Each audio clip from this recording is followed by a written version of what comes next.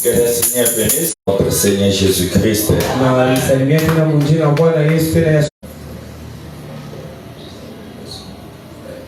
L'Éternel puisse se manifester par la grande colonne de feu, que tu puisses réellement nous aider dans tout ce que nous allons apprendre au Dieu Tout-Puissant dans cette maison. Seigneur Jésus, tu connais la raison pour laquelle nous sommes venus devant toi, Père. Nous lisons au nom du Seigneur Jésus-Christ.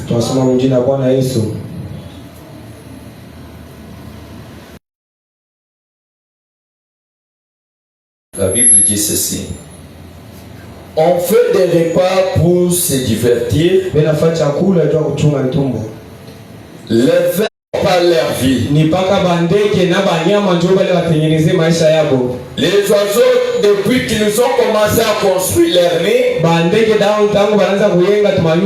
jusqu'à présent, ils n'améliorent pas cela. Parce que ça, lui, verset 22. La Bible dit ceci. Parce que sans Dieu, il n'y a rien qui marchera. Un jour, il doit payer.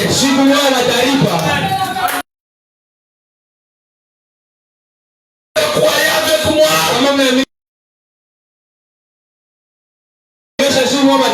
Je peux dire encore une autre chose. Celui qui est contre que notre tabernacle. Parfois les autres nous laissez-moi vous dire. C'est que le qui est au diable. Je ne sais pas si vous comprenez cela. Dieu est toujours supérieur. Que nous voulons prendre. Il n'y a pas la réponse. Mais dans la parole, il y a la réponse.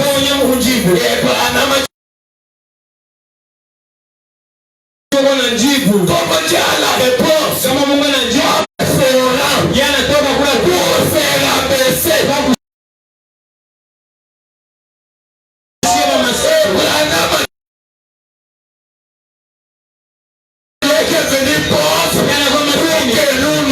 C'était pas pour les calvaires, on ne pouvait pas se connaître à ce matin. Et quand il part au calvaire, voyez-vous, bon,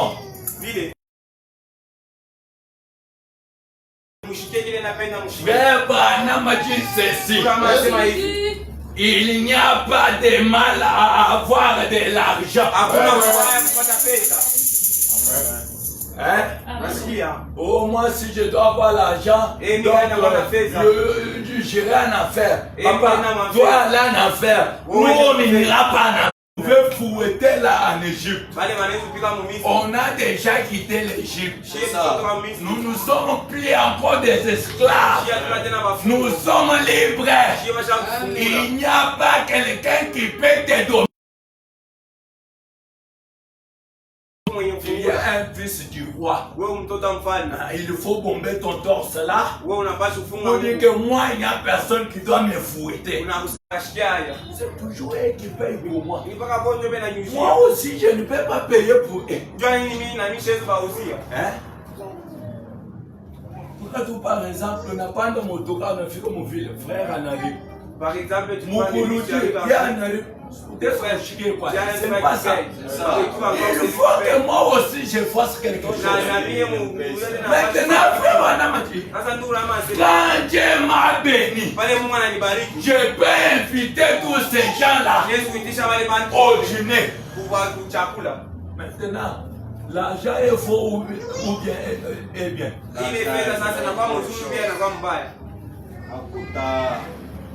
Et puis quand il y a l'argent avec le Saint-Esprit en toi, il n'y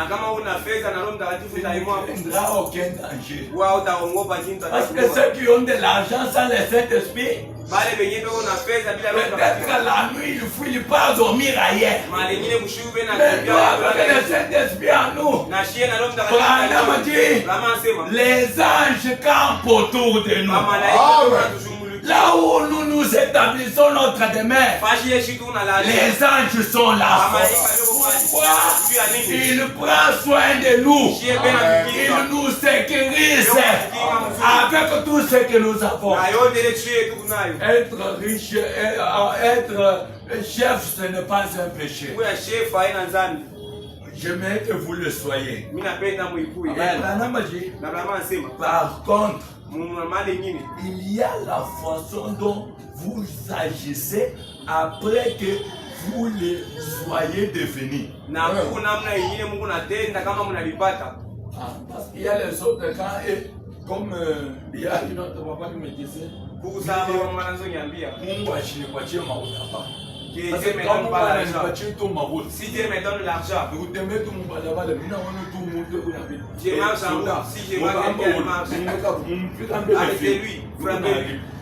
Je vais payer. Maintenant, vous comprenez que quelqu'un de comme ça, lui-même, il est conscient en disant que Dieu ne lui donne pas. Mais nous, quand on demande de l'argent, c'est pour l'œuvre de Dieu et pour soin de nos enfants. Et Dieu nous bénira.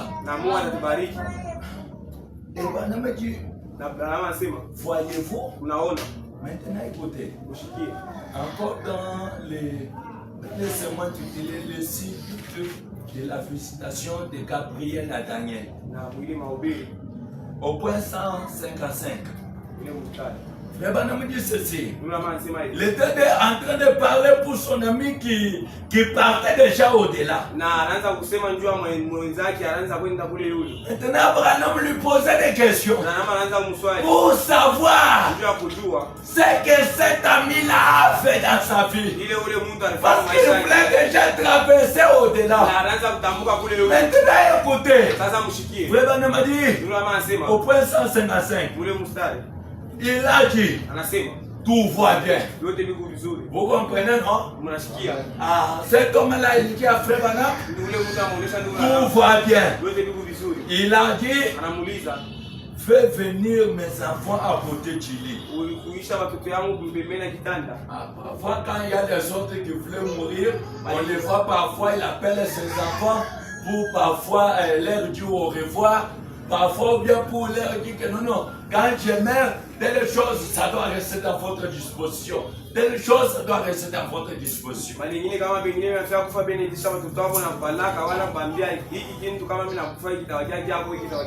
Lui aussi, il a appelé ses fils-là, il faut devenir mes enfants à côté de lui. Parce que c'est là où il était couché.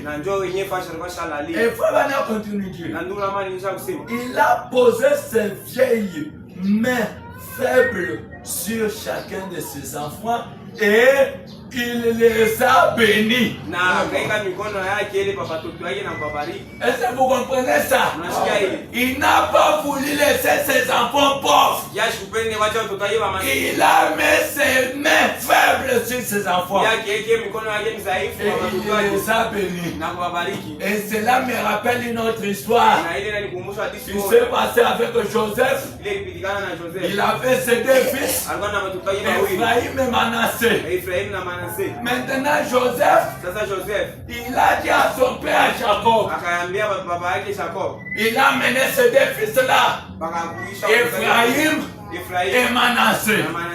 Maintenant, qu'est-ce qui s'est passé? C'est Ephraïm qui était l'aîné, Manassé le cadet. Maintenant, écoutez, quand Jacob a voulu maintenant bénir, Frère Branham a dit, c'est Ephraïm qui était à droite et Manassé était à gauche.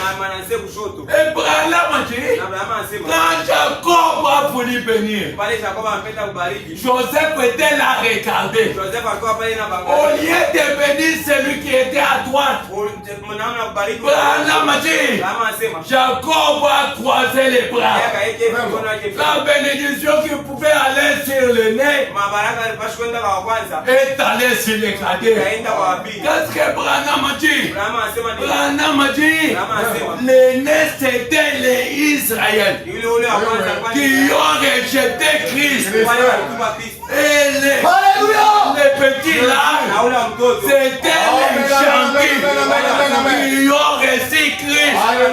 Comme vous avez reçu Christ, vous méritez la bénédiction. Et ce matin, soyez bénis. Dieu lui-même vous a déjà béni. La bénédiction qui pouvait tomber sur Israël est tombée sur les gentils. Il faut qu'on puisse avoir cela de nos mains. Si vous comprenez ça, on n'aime pas parler encore de l'invisible. L'invisible, on voit.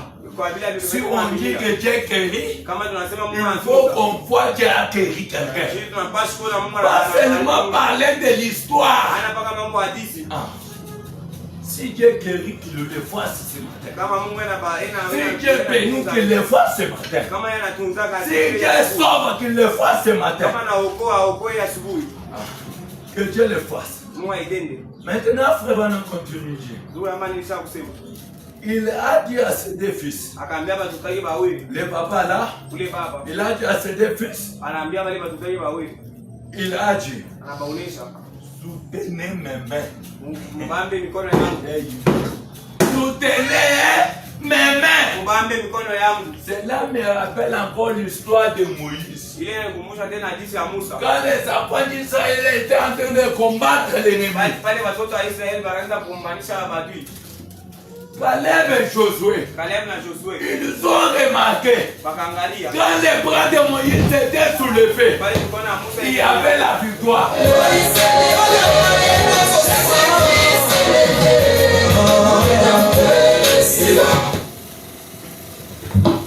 Quand les bras de Moïse étaient levés, Josué et Caleb, ils ont compris qu'il y avait la victoire dans l'air. Maintenant, quand Moïse rabaissait les bras, ils ont vu qu'on les battait. Qu'est-ce que ces deux hommes ont fait? Ils ont dit, là il faut soulever les bras de Moïse. Josué et Caleb, soulever de droite, l'autre soulever de gauche.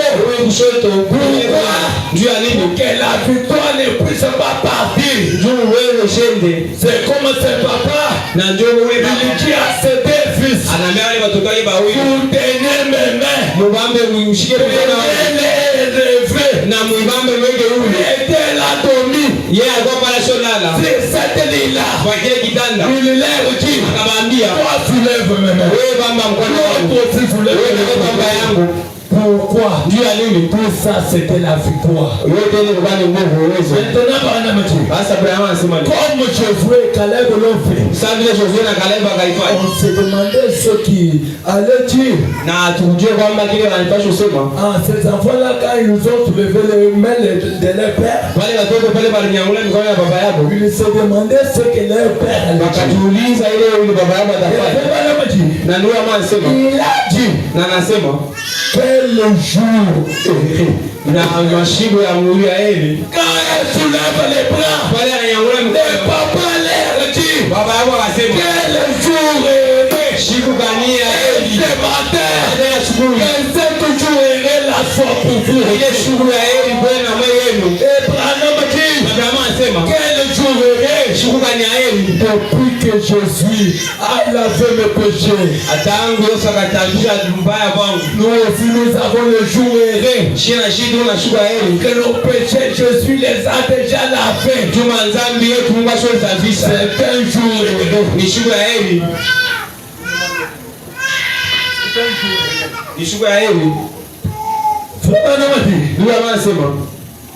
Il m'a appris à veiller et à prier. Ça c'est ce que ce papa là dit à ses enfants. Laisse-moi vous dire tout ce que nous avons besoin. On doit réclamer ça dans la unapaswa kuomba ile maombi. Papa